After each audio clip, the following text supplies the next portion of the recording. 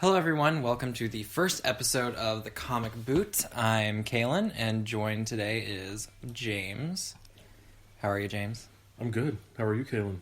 Pretty great. This is exciting, and we're nervous. It's nerve-wracking. It's our first Even one. though there's absolutely no one here, but it's still There will be. If we put it on the internet, there'll be loads of people. Oh yeah, trolls.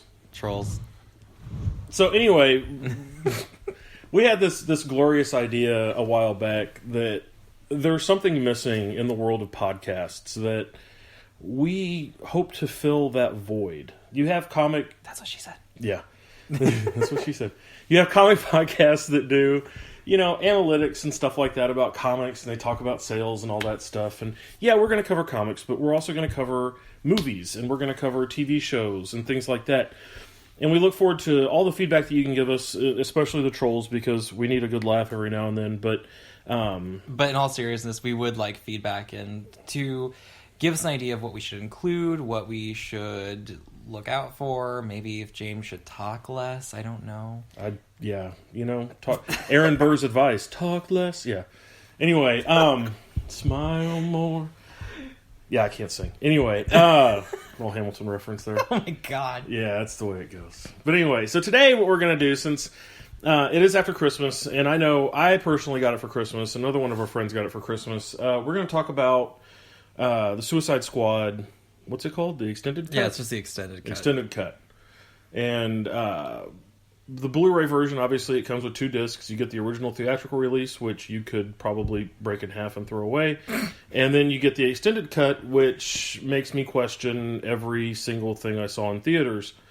Needless to say, I saw it like 2 or 3 times in theaters, I think. I know I saw it with you at least once. I saw it at least 3 times. Yeah. We are, needless to say, we love DC. We love DC everything. We love DC TV. We love Marvel TV too. But our love of DC is very, very evident. And you'll get that a lot if you continue to listen to these podcasts. But when I got the movie, I was happy because I wanted it to add to my collection. But also I was apprehensive about putting it in and watching it. But we sat down and watched it a couple days ago. And, I mean, all I can say is, I know the history of the editing process for the movie, but what the fuck were people thinking whenever they cut out what they cut out? I don't know. See, that bothers me. It's the same thing with BVS, because they cut out that one very important scene with Lois Lane where she finds out that the wheelchair was made out of lead. So, of course, Superman wouldn't have been able to see through it to know that there was a bomb. Yeah. That's something that we, as the audience, should have known. Even though a lot of us are like, okay, he can't see through lead, but that's like the hardcore fanatics know that. A regular moviegoer wanting to, see a superhero movie just to have a good time, they probably wouldn't know that. They probably shouldn't go see BVS. No, they should. That's probably why it got such. And I love BVS, so don't. That's probably why it got such bad reviews, because people are thinking, "What the hell is that? What is this? It's not, who the fuck is that guy?" It's not Luden's cough drops compared to Hall's. Marvel movies are Luden's cough drops that taste like cherries straight off the tree, and Hall's actually work and fix you. But that's probably a terrible analogy, but it is, because I don't think anyone consumes cough drops as much as you do. But well, no, but I mean, it's a persistent cough. The problem with Suicide Squad that remains is the plot. Yeah, it's just not a good plot. Well,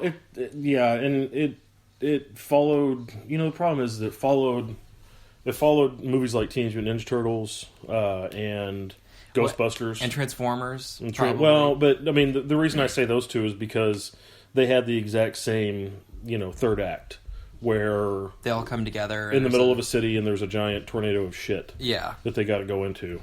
It's like what they do with cloud villains. Cloud villains. Yeah, I remember they always talked about, or in honest trailers, they're like, stop using space clouds as villains. Oh, yeah. Well, Doctor Strange. Anyway. Oh my god, they did! They did! I'm not going down that road right now. That's different. Anyway, so the way we're going to work this, we're going to do DVD releases, because it's hard to go to a movie and then record a podcast afterwards. So we're going to do DVD releases, so that way people have seen it in theaters and...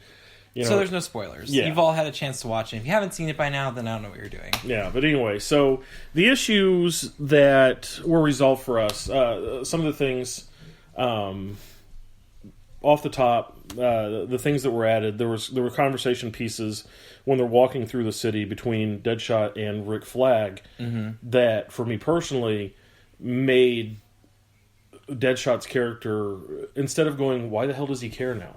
Yeah. You know, he went from saying, I'm going to pop him and like 7 others and we're going to get the hell out of here, to Harley save him. If he dies, we all die. Well, then that's also common sense. Or, I mean, it just kind of fits with the movie because he knows that he has the thing and he can blow them up at any time. Right, but if he's dead, he can't push a button. Or unless, see, that's another thing to explain. Is there a failsafe? Like, if he, like, does it read his pulse? If he flatlines, they all die? Is that like a... But, I mean, but what I'm saying is, like... He actually starts to put effort into the mission, and he tries to have Rick Flag back. Yeah, because Flag says, you know... I have strings I can pull, too. You lead these guys, I'm leading my guys, we should work together and, finish the mission. Yeah. And it makes... It makes sense. Yeah, really. It makes more sense. And then, man, I'll tell you, the exchange that Harley had going into her psychoanalysis of all the characters before they get to the Ostrander building. Yeah. Which, great Easter egg, by the way. The Ostrander building was amazing. And I don't understand why they didn't keep that in. I could give a shit about the Joker shit. I don't care about the Joker stuff. I'm not a big fan of Leto's Joker anyway. But I don't care about it. That's a different tune that you were singing. Well, I liked earlier. it at first, but once I sit back and realize it, and then of course we went and saw '89 Batman in theaters. Yeah, and then you realize that Nicholson is like the best Joker. Yeah, Ledger's an anti-hero. We'll go into that later too. But anyway, he's not a Joker.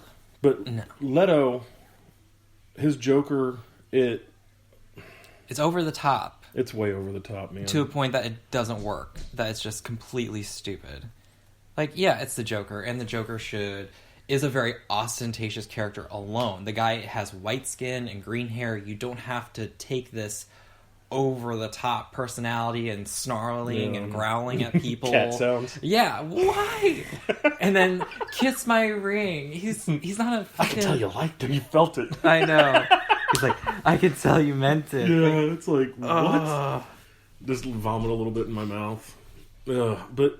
So, I stand corrected. There's that one scene on the bridge after she chases him down with the bike and does her like little acrobatic shit off the bike. Yeah. And you see a piece of him that plays in the comics a lot where he wants Harley to go away. Well, he wants her to go away, but then he uses her.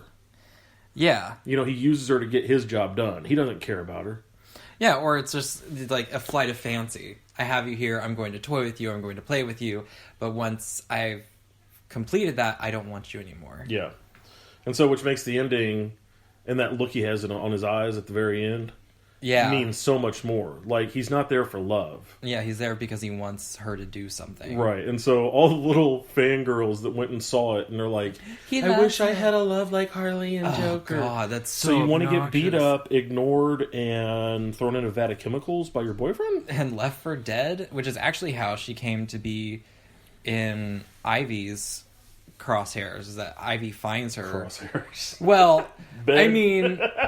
it's Ivy. You don't... She's very temperamental. And who's to say that's not some kind of toxin anyway? But well, I mean, that's how Ivy finds her, is that she's just like lying there left for dead by the Joker, and Ivy nurses her back to health, and that's how they become friends. Then it's that's Stockholm Syndrome, maybe a little bit. A little bit. Well, I mean, now it seems like Stockholm Syndrome, because now everyone's like, yay, Harley and Ivy are a relationship, and I don't like that Ivy has a sexuality. Maybe that's just me, but I much prefer her to be this Mother Nature god. Like, her love is her plants, her babies. That's Ivy. Just trying to... It may be writers trying to make her more human, though. I don't want her to be human. Yeah, that's true. I mean, she's part plant anyway, so why bother? Relatable to the reading. Well, I mean, she had that 6 shot that she had last year. Yeah, which was actually really good. So, but even then, like, she was protecting people like her, plant hybrids. Mm-hmm. Wait, never mind. I didn't read it, so. Well, fuck you. But sorry, my bad. But so yeah, we have the Joker bridge scene, which really brings a lot of the way he treats her into it. Yeah, and then you have her psychoanalysis of all the characters, before they get into Ostrander. Which shows her psychiatrist side. Yeah. Which is something they should have done more, I think. Yeah. So that brings us to, I mean, overall, like, we're looking at a comparison between a movie release, a theatrical release, and a DVD release. And, I mean, we'll go into, on the next episode, we'll upload it tomorrow, we're going to go into why the movie did what it did in theaters and in pre-production and stuff. And a big reason that you see Jeff Johns taking some control over the movie side of the DCEU. But I just think that if they had left it the way it was, it would have been received by critics maybe a little bit better. Now, I say that, and I'm no fan of critics, because I think that they're all paid monkeys, but it does hurt whenever some sheep comes at you and says, your movie sucks. I'm like, why does my movie suck? And they give me a litany of excuses that they've read off Rotten Tomatoes, and I look at them and go, you don't think for yourself, and that's really sad. But then you actually do come across people who, like, of their own volition, just didn't like the movie. And that's fine. But why? But if I mean, for reasons. I understand not liking it for the editing. Don't like a and movie, you know what I mean? Yeah. Like, I've watched plenty of movies that people are like, oh my god, it's amazing. I'm like, I just didn't care for it. Like, why? I'm like, I just wasn't feeling it. And, you know, and of course that's... Like what? I don't know. God, I can't think of every single movie I've disliked. Do you know how many movies I've watched in my life? Lots. But, I mean, of course, people... there are the two different types of people who honestly just did not care for the movie, which is totally fine. And then there are the people who will just bash it relentlessly because it's a DC movie. And that's not cool. Because, yeah, we might have our disagreements about Marvel movies, but at least we have it because of what we're thinking. Yeah. Not because we're like, oh, it's Marvel, we fucking hate it. No, that's not the point. The point is that we just thought that they could have made the As movie I raise my hand slightly. a lot better. We just thought that there were things that they could change, and like they're... If it's not Marvel in space as a team with a small raccoon, I don't give a fuck about it. Right. I mean, Guardians of the Galaxy is probably their best standalone. Oh, by far. I mean, they started to deteriorate a little as they go on. Like the Iron Man movies, they got less and less good. Iron Man turned into crap. Right. Iron Man 2 and 3 are garbage. And they're talking about putting out a fourth one? No, they should just do the 3. No, they're talking about it. You know, it's going to be called The Invincible Iron Man, starring Rihanna as Riri Williams. No, it'll be the freaking girl from Game of Thrones. Which one? Oh, her Khaleesi's helper girl, okay. Yeah. I mean, she does fit the bill, but I don't want to see a movie about Riri Williams. No, nobody wants to see a movie about Riri Williams. They want to see a movie about Riri Williams as much as they want to see a movie about Jane Foster as Thor. Okay. Oh, sorry. Anyway, okay. That's not even cool, man. No. I would love to see that movie. I mean, they can't. Jesse Pinkman will kill me in my sleep for saying that, probably. Which one's Jesse Pinkman? Oh, right. Jason Aaron. Jason Aaron, because I can never get it right. I always call him Aaron It keeps Paul. calling him Aaron Paul. So all right. Anyway, so that brings us to... What would you say? Would you recommend going out and at least renting the extended edition, or would you say buy it? What do you feel about it? If you're a DC fan, definitely buy it because there's still great representation of characters. I would say the best thing about that movie is how they really brought these characters to life. Like, Will Smith did a great job, which I was kind of surprised with, and Margot Robbie is Harley Quinn. Mm-hmm. I am excited to see her standalone movie where she's an executive producer and she's taking the reins for it. Mm-hmm. So we won't have any like bullshit slutty costumes. Still David Ayer though. Still, he's directing it, but she's giving the money for it. So whoever, cash is king, man. Yeah. Yeah. No, and like I said, I definitely think that you should check it out. Rent it at least. Maybe it'll change your mind on the whole thing, but that's it for now. And we will talk to you guys tomorrow. See ya.